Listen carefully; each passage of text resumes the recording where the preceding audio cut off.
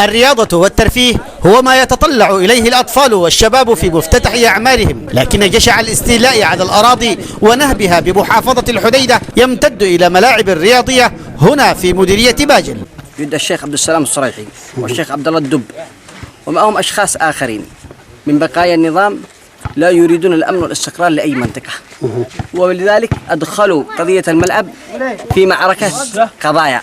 نحن هنا في عزلة الجماد والمصامدة، حيث تقوم مراكز نفوذ على السطو والاستحواذ على أرضية وقف بقيت على امتداد عشرات السنين متنزها وملعبا لأطفال هذه القرى، إلا أن ثمة مراكز نفوذ طالت أراضي ملعب المصامدة إلى هذه الأيام. الآن لنا اليوم تقريبا بالتحديد 28 سنة بالتحديد، لما الآن ما حسنا إلا وقد أنزلوا فيه مواد بناء بالكميات، وذهبنا إلى السلطات نطالب بالطريقة المشروعية، ولكن كان التلاعب من السلطات المحلية. تواطؤ الجهات المعنية في مديرية باجل المدفوعة لها مالا سهلت عملية السطو، وتواطأت ضد أحلام هؤلاء الأطفال والشباب كما يقول السكان. نناشد كل الدوائر الحكومية بأنها تم اعتداء على ملعب شباب قرية المصاندة، ولم يتم ضبط هؤلاء المتنفذين في القرية، إما بنوا جدار في أرض الملعب وكم من بلاغات ضدهم، فلم يحرك ساكن أمن